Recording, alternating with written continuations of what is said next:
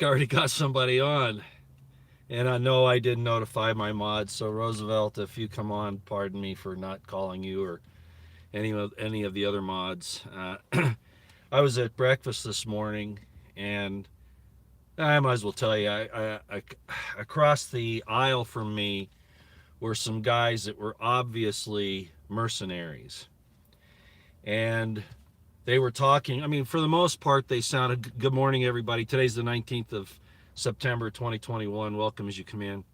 Uh, Obviously, they were quite conservative type people. They talked about a lot of the things that we're concerned about. But what troubled me was that they were upset that the Middle East is kind of getting shut down, where they can't make any money there anymore, if you can read between the lines. Which got me pretty upset that would be their concern. It's not even about saving lives or anything like that. It's about that their operations apparently are going to be somewhat, I suppose, interrupted, where they can't make the money doing what mercenaries do. Um, like I said, a lot of what they said was very good. For instance, the situation with the GMI and all that. But the fact that they were complaining about this interruption in their financial background because of what's happening by the current administration, et cetera, is troubling. Now, I would have thought that their involvement would increase, that the DoD would be paying them like they have so many of the other organizations like that. It may have just been that they were cut out. I don't know. But it would also make sense that seeing how we've handed everything over to the Taliban and to China, that in fact maybe the DoD has shut down mercenary operations. For instance, Blackwater doesn't exist anymore, but that kind of thing, okay? That they're not going to be involved there anymore. So, anyway, that got me to thinking. I was actually going to do a little live stream right from there, but I decided maybe that probably wasn't the wise thing to do. So I've waited until I've come out here. And if you don't mind, I'd like to, yeah, go to Africa. There's plenty of work, and I'm sure that they'll do something like that. You know, more than one was a pilot, one was a dog handler, and I'm not sure what the other guy was. But at any rate, there were three of them. So let me talk a little bit about what the title of this video is this morning. It says, of course, that the GOP is the defeat mechanism for authoritarians, and read demon rats. You know, all right, especially, although they're just a tool as well. But that's actually the title of this is actually a quote from Stephen Coughlin and Rich Higgins of Unconstrained Analytics, and the link for the particular, although anything Unconstrained Analytics is good, but the link for that is in the description box below if you would like to go read it. All of their things are very intricate, very detailed, very analytic, just like it says, analytics, and they're unconstrained. In other words, they're not. What they mean by that is they're not allowing politics to get involved in their analytics. They're telling you what the situation is based upon their study. Now, I trust Steve Coughlin implicitly and explicitly. Rich Higgins, if you recall, who is a partner of his in that. I'm not sure how Rich is doing. He got pretty sick there at the beginning of the year. I'm not sure how he's doing now, to be honest. But Rich Higgins was the NSA analyst who was ousted by McMaster because he told Trump about the looming situation against him with the coup. You may remember that. Anyway, so if you'd like to see what I'm talking about, you might want to go read that article, that analysis in the description box put out by Steve Coughlin and Rich Higgins on this whole situation. Again, that's on Unconstrained Analytics. Uh, in fact, that's exactly what we're seeing. I came down on, not that he read it or cared, but Jim Jordan the other day, for all he does is jack his jaws, just like Trey Gowdy did, just like Ted Cruz does, et cetera, even Rand Paul, that there is no one in the GOP that's really standing up for anything at all and to oppose the tyranny that's coming down on us. As a matter of fact, they're backing it up by and large. Yeah, I realize that the situation at the border is critical. I put up yesterday on Twitter, which you can find in my playlist below, my documentary called, it's under films and documentaries on the playlist here on my channel. It's called Borders, Mexican Drug War or Insurrection, or Insurgency rather. And that I was looking at this whole problem in 2011 and discussed what needed to be done. And here we are today, and it's far worse than it was in 2011. My point is that that's taken the not that it isn't important, because that's part of the attack against us, but along with that, it's also a distraction against the very kinetic military action of coming at us with these GMIs for various and sundry purposes, as most of you understand. That's our real danger, and it's worldwide today, and it's just going to cause this entire situation with the border problem to increase. Okay, so that's really the weapon of. There are several, like I've talked about before, multiple avenues of approach by the enemy, multiple prongs of attack, in depth and with full spectrum dominance, and we're seeing it, and nobody is standing up for us. And that's why I put this title up here about the GOP from Unconstrained Analytics. And again, I give them credit for their analysis of that. So please go look at it. Okay, we know now, of course, that this whole thing in D.C. was pretty much a setup by the feds, particularly FBI. Now, there's this one picture which I would love to put up. Who's that? Ms. Cat. Hello, Ms. Cat. How you doing? Thanks for being here. All these guys are standing around, and they're obviously FBI, or at least feds by one notion or another. Very, very obvious. And Mike Cernovich, I'm going to give him credit for this. He was very observant, and he noticed not only are the haircuts and the sunglasses and their general appearance all the same, they're wearing the same watch. This whole group of guys are wearing the same watch. And of course, they're all synced. So, I mean, there are so many dead giveaways. These are the guys that we entrust supposedly to take care of us and to protect us against, criminals and all that. And they are the criminals. They are the criminals. Our government is a criminal organization. And you are the victims, the crime victims. So I just thought I'd mention that.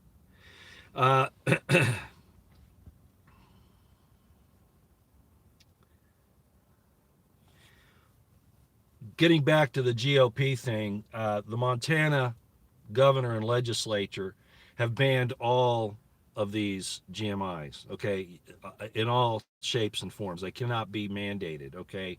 Where are the other GOP governors on this? Well, they're being paid off. I didn't really care much for the Montana governor and legislature on a few things a while back, and I'm not sure how long they'll be able to stick this out once the feds start really pushing them.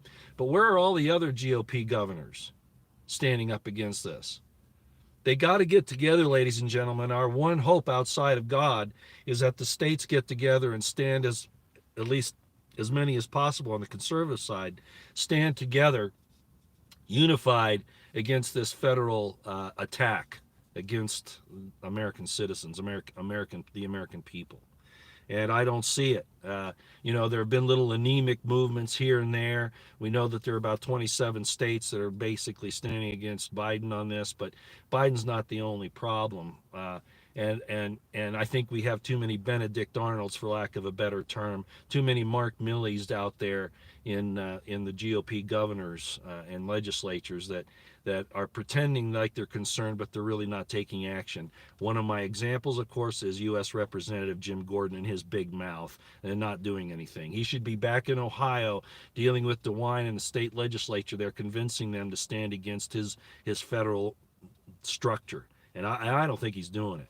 All he's doing is making and I could be wrong, but considering what I hear him say in these hearings in Congress, I doubt very seriously whether he's doing anything else other than that.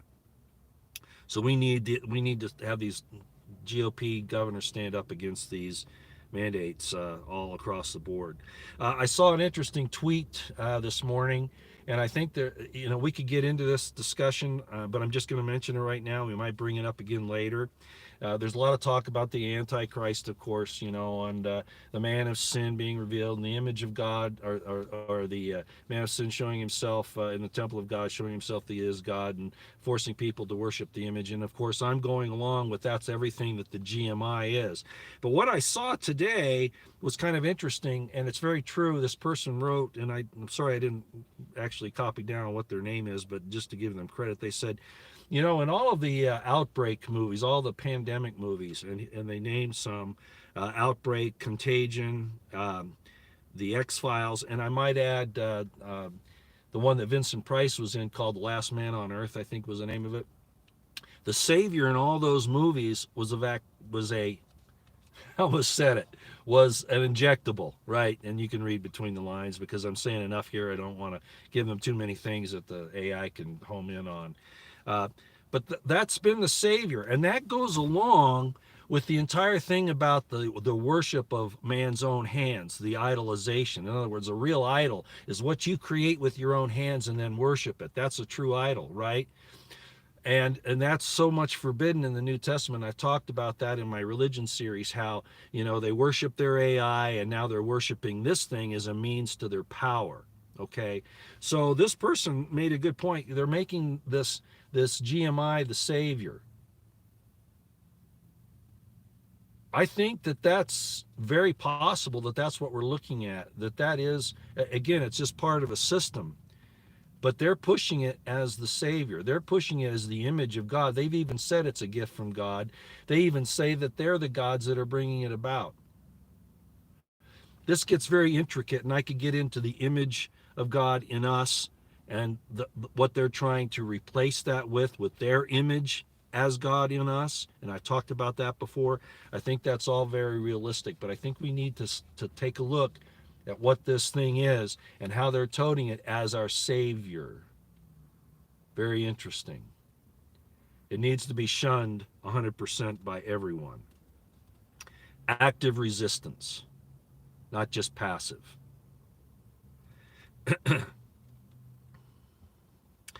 I also noticed that somebody remarked about my video last night on, not on, I didn't see it on my video comments, I saw it on Twitter, where they were saying, well, Millie is a Satanist and he's inverting the meaning of righteousness to the satanic Luciferian side. In other words, when they support satanic Luciferian positions, it is righteous from their inverted concepts and perceptions. So Millie is using the word as part of his vernacular in his evil system. And I thought that was a really good insight. Just like we hear, and I'm going to say it even though people don't want me to say it, Trump talking about God, but which God is he referring to when he has all these Moloch and Baphomet statues around his residences, and who he involves himself with socially? I gave him a chance. Yeah, Luciferase is another interesting thing. Somebody mentioned that. Can't quite see who it is, but anyway. I tried to defend him earlier on that he's in high society. He's going to rub elbows with these people, but now I realize it, and that was early on. But it's actually more than that. He is intricately involved with all of those wicked, evil people. Absolutely, 100%. So when he says God, that doesn't necessarily mean it's the God that you would recognize.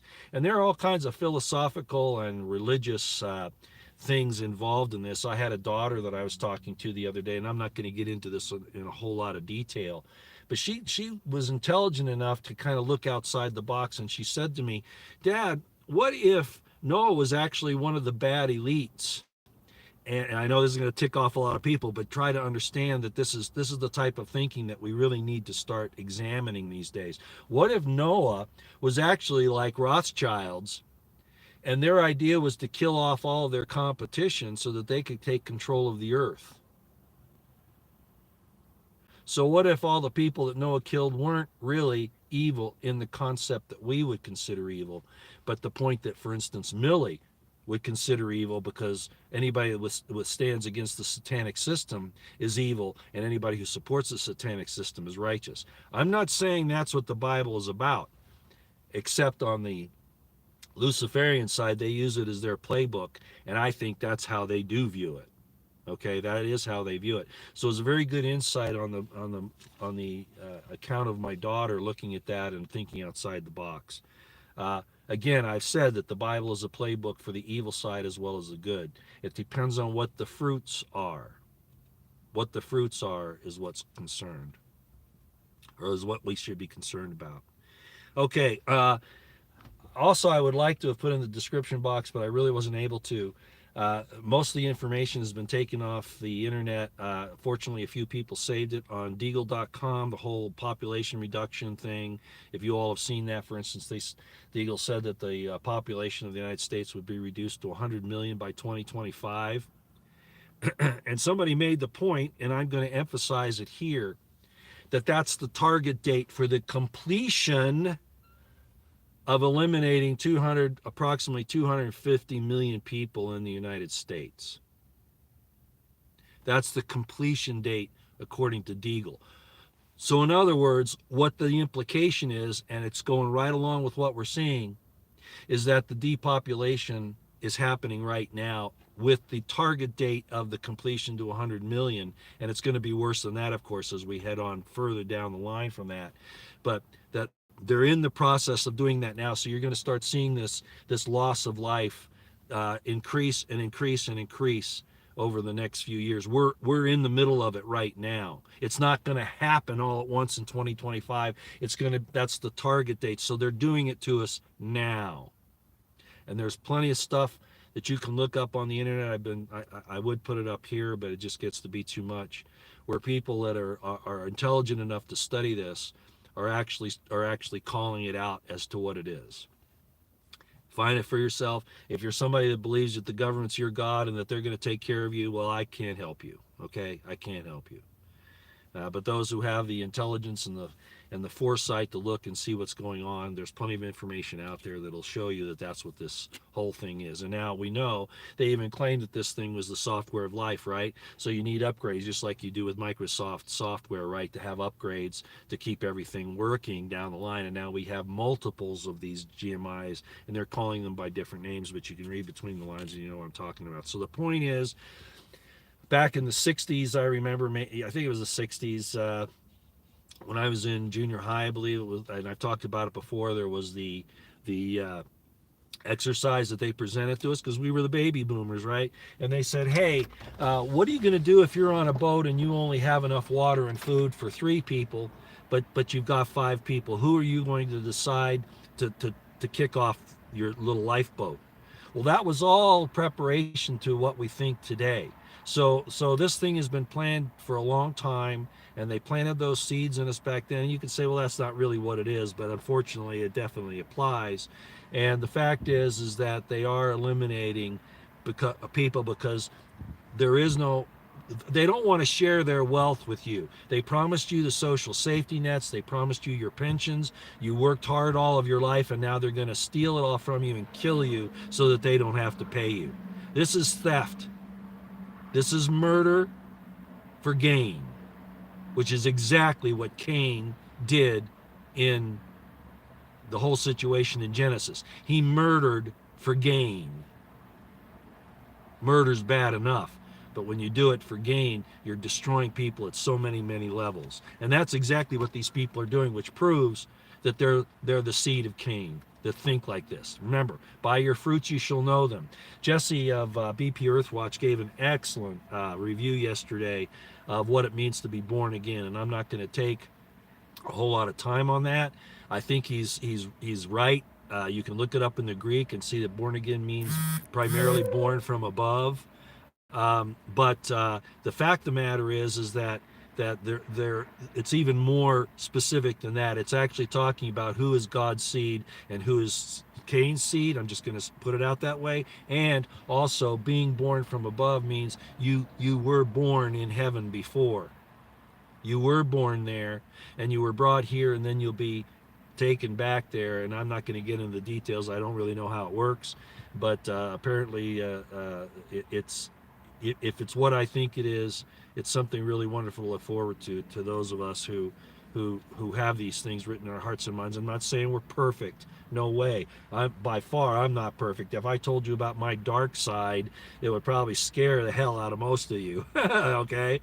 Sometimes it scares the hell out of me. But I still want to do the right thing, and I think that's the way it is for most of us, okay?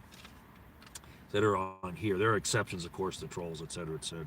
Okay, another thing I wanted to bring up is about a month ago or so, I put up a video about the military saying to get your houses in order, and I mentioned this a couple of more times since then.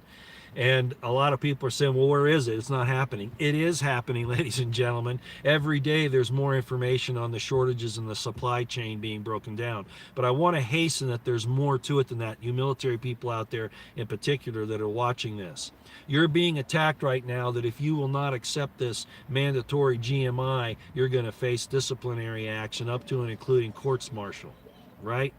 Okay, so in these preparations that these military people were talking about, not just the supply chain shortages, but the other things that they knew, because these were primarily officers in the field grade ranks, major and above, were discussing these problems that they saw coming and were telling their fellow officers primarily to get themselves ready for what's coming. And so what we're seeing is the shortages. So they're trying to get their families so that they can get through this without any help from the PX and the et cetera, the commissary, et cetera. They were also concerned about forced resignations and retirements because of this situation with the mandatory GMI, which, by the way, is illegal under the law, as we have already discussed, because it is not authorized the way it needs to be. It hasn't gone through to the final authorization, but that's another story. I don't want to get into that here. Most of you, if you look at it, you'll see that that's the case. It was a sleight of hand, just as I called it in a video on the very day that the FDA came out with this, and the Pfizer was saying that they were ready to go forward. Biden's lying, and so is everybody else in the government. Okay, also, we might want to talk about the civil unrest that they saw coming as a result of this, these military members. So basically what they were saying is all of these things are coming to a head and you need to get ready, okay? And we are seeing all of that, all of it. So I just wanted to point out that they were correct when the military said they needed to get their houses in order. And it was said amongst most likely a smaller group of conservatives, some who have already suffered. For instance, Lieutenant Colonel Scheller, and then I mentioned another lieutenant colonel who in the Army, Scheller was a Marine, or is a Marine, this other lieutenant colonel in the Army who resigned. And we're hearing about nurses resigning and doctors, et cetera, et cetera. So you know about all that. They saw all this coming, and so they knew they had to get ready for it. That's still applicable even today. Okay, I think I've covered everything I wanted to. Let me double check here.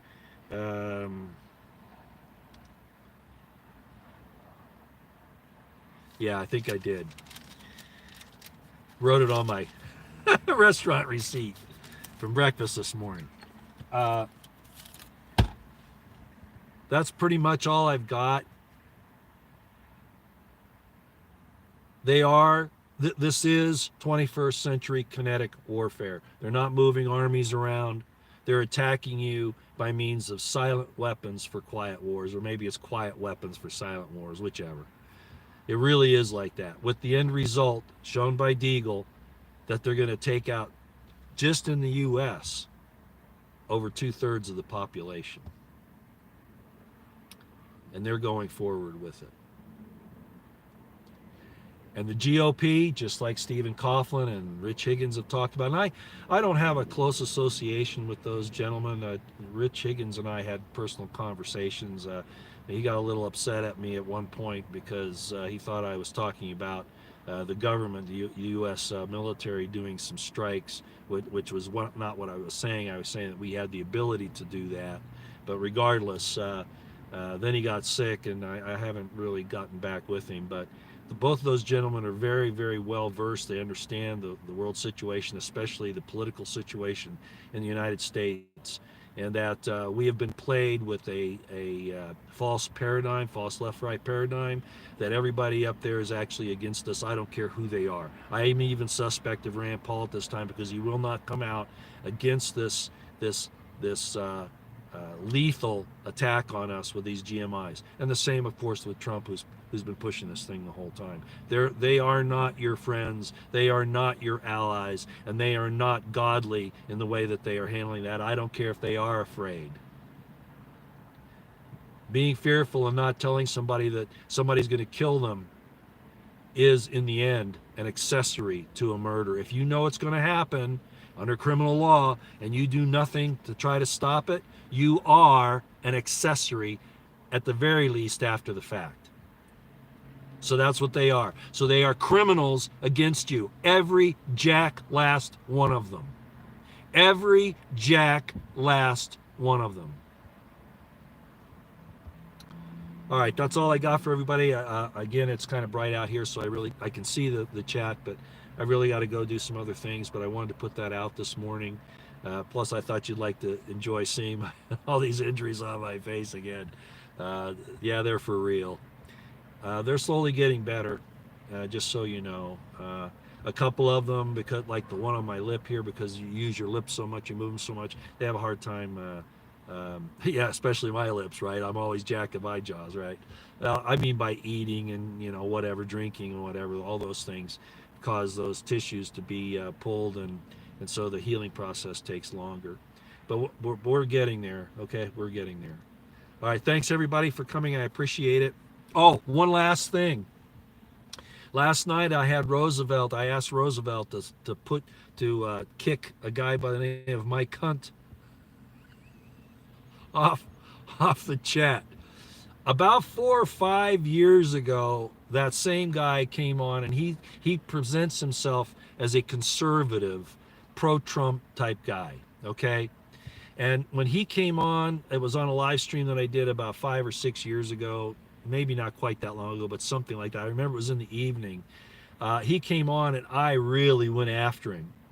As a matter of fact, if you think about it, I don't want to say it here, but use your imagination.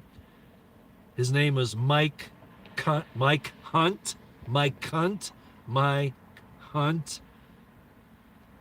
So I went with that on this live stream a few years ago and called him that after he attacked me there.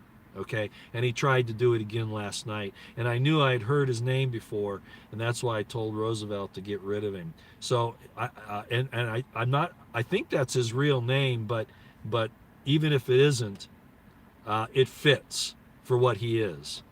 Mike Hunt. You get it? Mike Hunt. And I hate that word.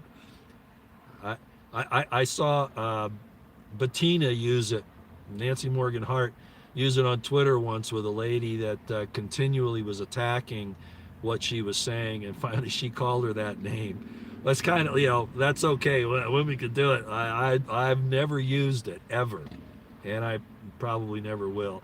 But I think that fits this guy, Mike Hunt, who is really somebody's Mike Hunt. Okay. Thank you if you're here, Roosevelt, thank you for throwing him off last night. He's been and I think he has several YouTube and Twitter accounts and uses them, rotates through them to try to not get figured out. But he's not a very nice guy.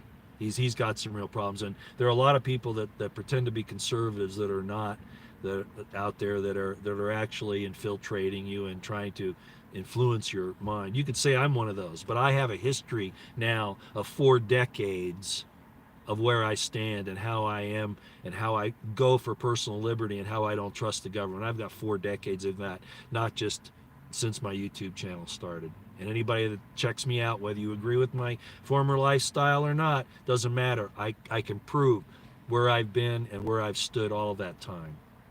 I even ran for Salt Lake County Sheriff in 1986, rather, on the platform of I will stand for your liberties against all comers, even the federal government.